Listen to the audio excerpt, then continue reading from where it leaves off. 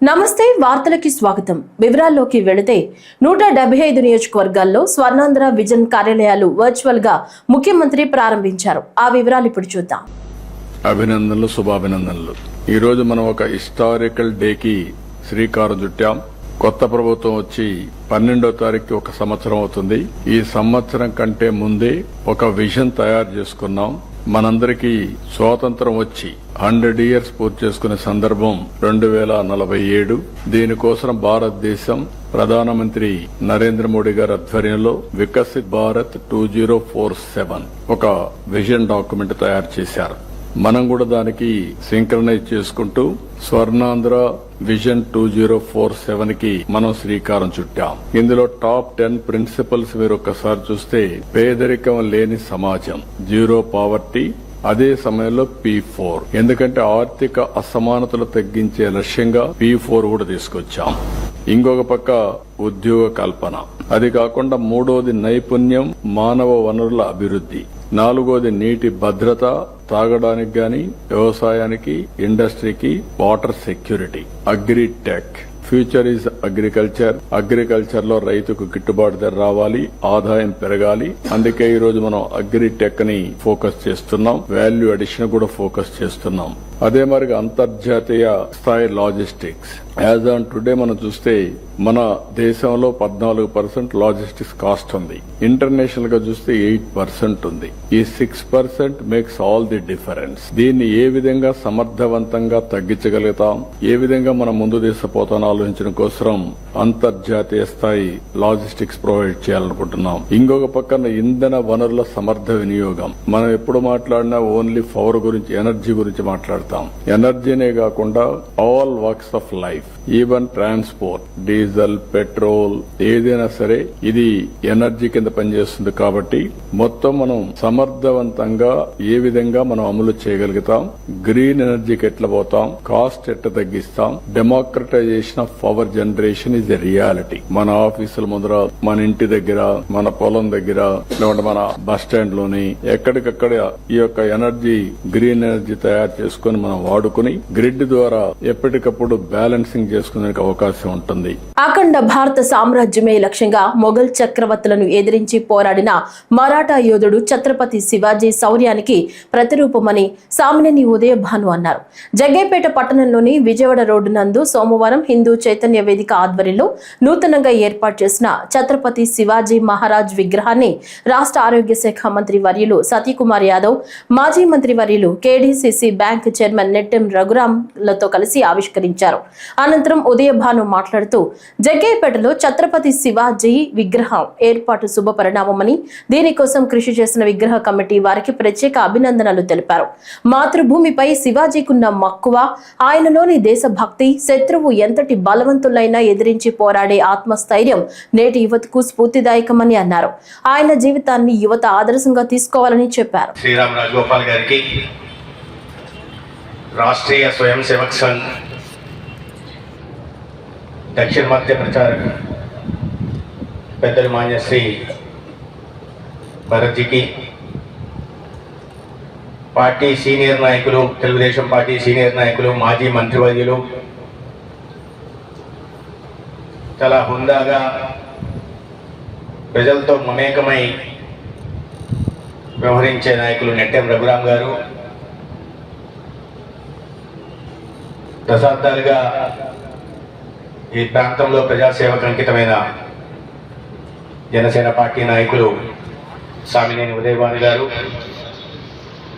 Bharatiya Janata party నాయకులు మాన్య శ్రీనివాసరావు గారు, municipal chairman సోదరులు రాఘవేంద్ర గారు, కుమార్ రాజా గారు, రామ్కోర్ సిమెంట్స్ అధ్యక్షులు శ్రీవాసవ్ గారు, ఈ కార్యక్రమానికి విచ్చేసిన జగ్గైపేట ప్రముఖులకి, హిందూ బంధువులందరికీ కూడా నమస్కారం. మరి మొట్టమొదటి కార్యక్రమం ఈ తిరుమల తిరుపతి దేవస్థానం యొక్క కళ్యాణ మండపాన్ని మనం ప్రారంభించిన తర్వాత శివాజీ గారి విగ్రహాన్ని ప్రారంభించే కార్యక్రమే మొట్టమొదటి కార్యక్రమం. ఇంకా ఇప్పటికీ ఈ ప్రారంభోత్సవం తర్వాత ఇంకా వివాహాలు ఈ పూర్తి మొదలు పెట్టలేదు. ఇంకా దీనికి ఫినిషింగ్ వర్క్స్ ఉన్నాయని చెప్పి కాంట్రాక్టర్ ఇంకా దీన్ని పూర్తిగా హ్యాండ్ ఓవర్ చేయలేదు. మరి అటువంటి కార్యక్రమంలో దీనికి ముందు ఉన్న ప్లేస్లో మరి శివాజీ గారి యొక్క విగ్రహాన్ని, కాంస్య విగ్రహాన్ని ఇక్కడ ఏర్పాటు చేయడం అనేది మరి ఎంతో అదృష్టంగా నేను భావిస్తున్నాను. మరి వాళ్ళ శివస్వామి గారు అలానే భారతీ స్వామిజీ గారు కూడా ప్రత్యేకంగా ఈ కార్యక్రమాల గురించి మనందరికీ తెలియజేశారు. మరి చాలా సంతోషమైన కార్యక్రమాన్ని ఇక్కడ ఏర్పాటు చేసిన ప్రతి ఒక్కరికి కూడా ఈ నిర్మాణ కమిటీలో ఉన్న అందరికీ పేరు పేరున నా హృదయపూర్వక అభినందనలు తెలుస్తూ సెలవు తీసుకున్నాను. జూబ్లీహిల్స్ ఎమ్మెల్యే మాగంటి గోపీనాథ్ పార్థివ దేహానికి నారా లోకేష్ బ్రాహ్మణి నివాళులర్పించారు. వారి కుటుంబ సభ్యులను ఓదార్చే సమయంలో అక్కడికి వచ్చిన తెలంగాణ మాజీ సీఎం బారాస అధ్యక్షుడు కేసీఆర్ వచ్చారు. కాసేపు వారితో ముచ్చటించారు. మాగంటి కుటుంబ సభ్యులతో లోకేష్ బ్రాహ్మణి కొంత సమయం గడిపారు.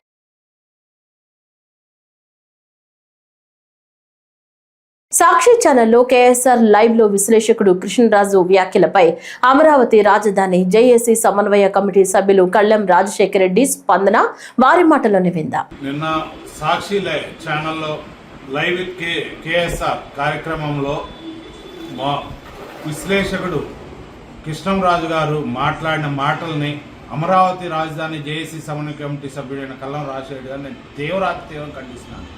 వాళ్ళు అన్నదేంటి, చంద్రబాబు నాయుడు గారు కానీ పవన్ కళ్యాణ్ గారు కానీ ఒక కార్యక్రమంలో ఈ అమరావతి దేవతల రాజధాని అన్నారు. అంటే ఇదివరకు మామూలుగా మనకి ఇంద్రుడుని మామూలుగా అప్పుడు అమరావతి అనే పేరు దాన్ని ఉటంకిస్తూ వారు అంటే దానికి అతనికి ఇష్టం లేకపోతే దేవతల రాజధాని అనే పదం ఇష్టం లేకపోతే అతను వేరేగా మాట్లాడచ్చు.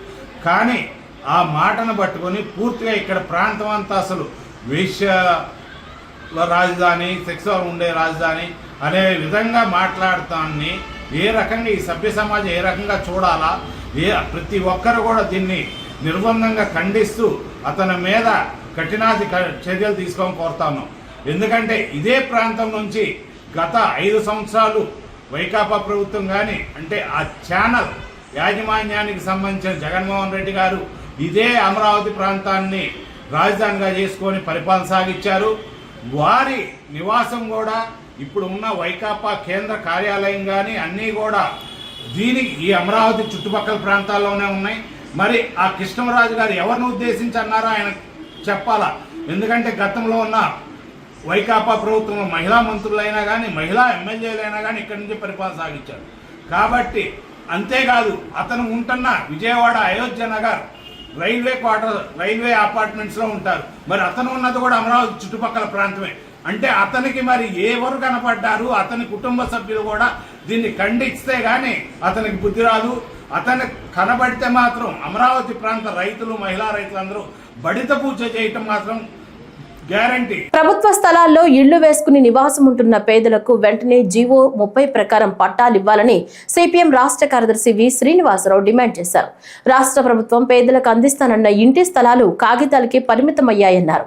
విజయవాడలోని బాలసో భవన్ లో సిపిఎం రాష్ట్ర కార్యదర్శి వర్గ సభ్యులు సిహెచ్ బాబురావుతో కలిసి మాట్లాడుతూ పేదలకు ఇళ్లిచ్చే అంశంపై జీవో 30ను జనవరిలో ప్రభుత్వం విడుదల చేసిందని ఇప్పటి వరకు ఒక్క అడుగు కూడా ముందుకు పడలేదన్నారు. అభ్యంతరకరమైన ప్రభుత్వ భూముల్లో నివసిస్తున్న వారికి ఇళ్ల పట్టాలు అందించి క్రమబద్ధీకరిస్తామని జీవో 30లో పేర్కొన్నారు.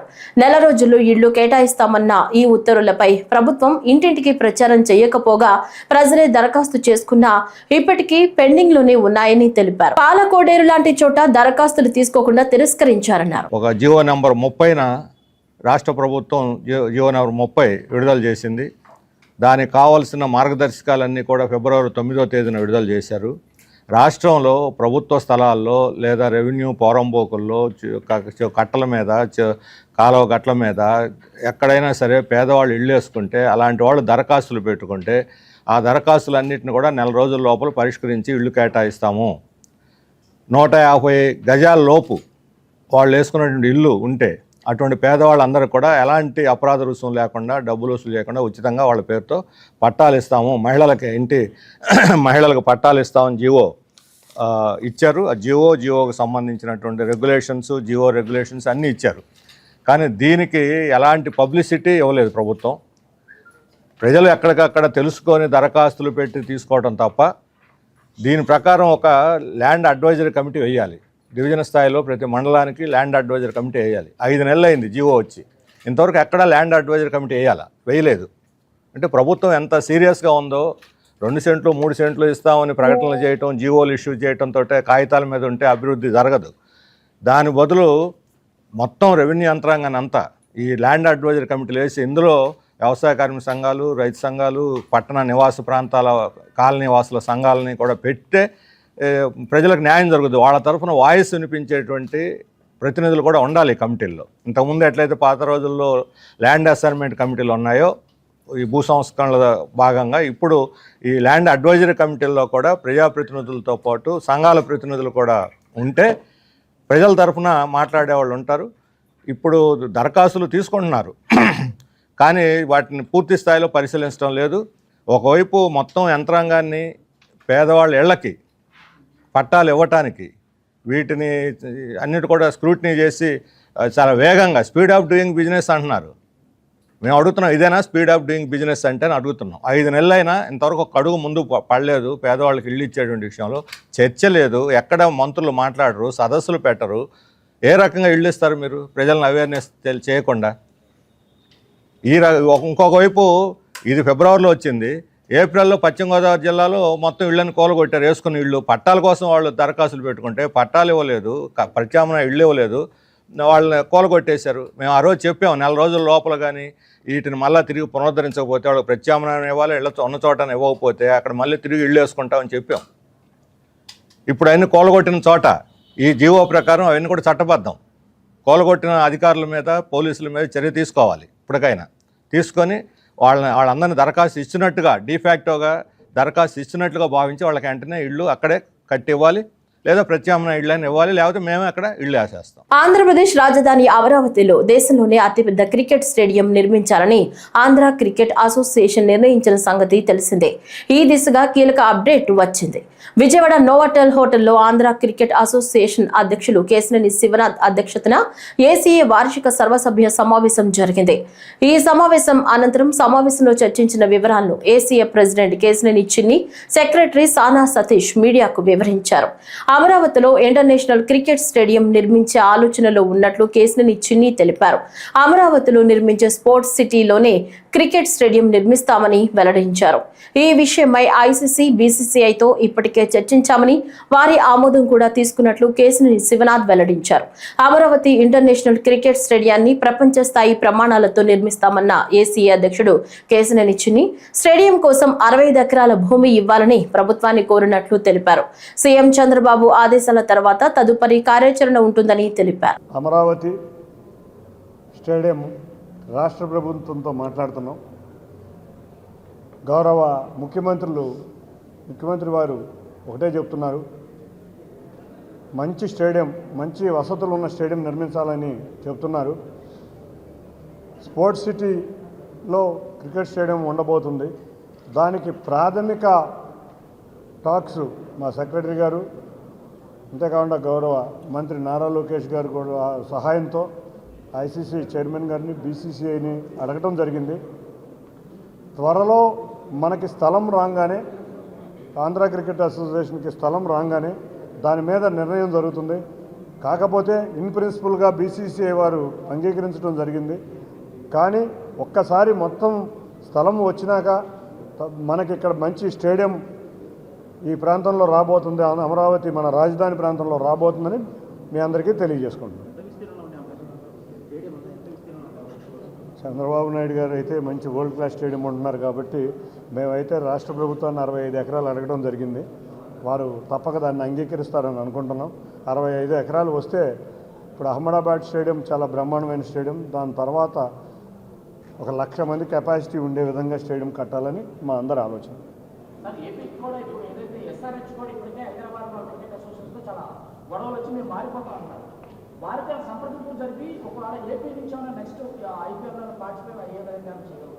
మా అందరి కోరిక కూడా అదే. ఏంటంటే ముందు మనకున్న ఇన్ఫ్రాస్ట్రక్చర్ డెవలప్ చేయాలి. ఇన్ఫ్రాస్ట్రక్చర్ డెవలప్ అయితే ఏ టీం అయినా రావడానికి రెడీగా ఉంటుంది. మీరు చూస్తే 4 మ్యాచ్లు అడిగాం, కానీ మాకు సమయభారం వల్ల 2 మ్యాచ్లు వచ్చినాయి. వైజాగ్ లాంటి మంచి స్టేడియం తయారు చేయిస్తేనే మనకి మ్యాచ్లు వస్తాయి. అందుకే ఈ ఫ్రాంచైజీలు కూడా చాలా ఆసక్తి చూపిస్తాయి. వైజాగ్ స్టేడియం రెడీ అయింది కాబట్టి వచ్చే సీజన్కి మరిన్ని ఫ్రాంచైజీలు, మరిన్ని మ్యాచ్లు ఇచ్చే విధంగా మేము కృషి చేస్తాం. అందరికీ నమస్కారం. ఇవాళ 72వ annual general body meeting Andhra cricket association జరిగింది. మొత్తం ఆంధ్ర క్రికెట్ అసోసియేషన్ సభ్యులందరూ ఈ కార్యక్రమానికి హాజరై ఇక్కడ తీసుకున్న జనరల్ బాడీ నిర్ణయాల్ని ఏకగ్రీవంగా ఆమోదించడం జరిగింది. ఆంధ్ర క్రికెట్ అసోసియేషన్ ఒకటే ఎప్పుడూ కూడా క్రీడాభివృద్ధికి మేము ఎపెక్స్ వచ్చిన కాడి నుంచి కూడా క్రీడలను ఏ విధంగా అభివృద్ధి చెందాలనే విషయంలో చాలా కష్టపడుతున్నాం.